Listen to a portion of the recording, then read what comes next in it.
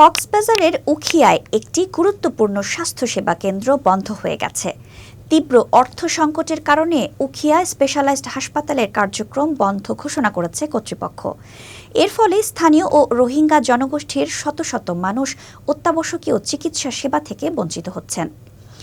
২০২২ সালের জুলাই মাসে গণস্বাস্থ্য কেন্দ্রের তত্ত্বাবধানে প্রতিষ্ঠিত এই হাসপাতালটি পরবর্তীতে এনজিও সংস্থা ফ্রেন্ডশিপের ব্যবস্থাপনায় আরও উন্নত স্বাস্থ্যসেবা প্রদান করছিল।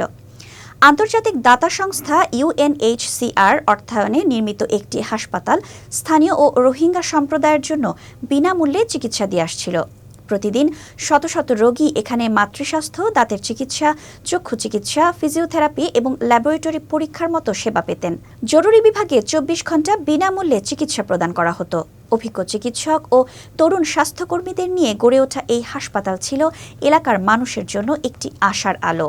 কিন্তু অর্থ সংকটের কারণে গত সোমবার থেকে হাসপাতালের সব কার্যক্রম বন্ধ রাখা হয়েছে।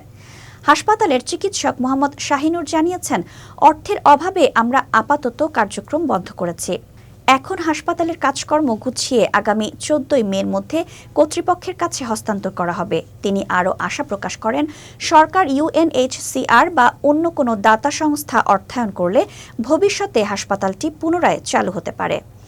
এই বন্ধের ফলে উখিয়ার সাধারণ মানুষ ও রোহিঙ্গা জনগোষ্ঠী স্বাস্থ্যসেবার ক্ষেত্রে বড় ধরনের সংকটের মুখে পড়েছেন। বিশেষ করে গর্ভবতী মায়েরা, শিশু এবং জরুরি চিকিৎসার প্রয়োজন এমন রোগীরা এখন অনিশ্চয়তার মধ্যে রয়েছেন। স্থানীয়রা জানান, নিকটবর্তী অন্য কোনো হাসপাতালে যাওয়ার জন্য তাদের অনেক দূর পথ পাড়ি দিতে হবে, যা অনেকের পক্ষে সম্ভব নয়।